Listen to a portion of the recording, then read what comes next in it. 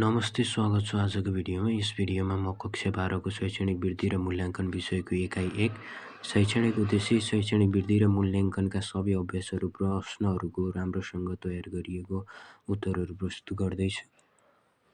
भिडियोमा देखिने स्लाइडहरूमा प्रत्येक प्रश्न र उत्तर स्पष्ट रूपमा राखिएको छ ताकि तपाईहरूलाई पढ्न र बुझ्न सजिलो होस्।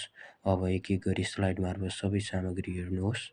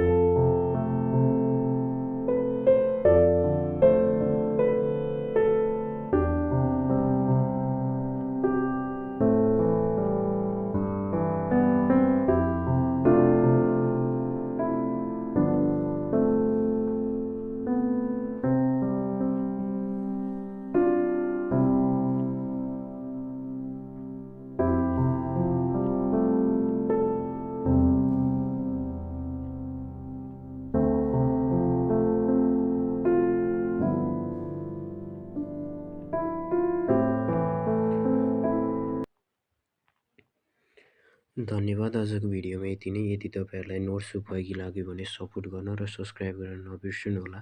अर्को युनिटको सामग्री पनि चाँडै ल्याउनेछु। हेरेर साथ दिनुभएकोमा धन्यवाद।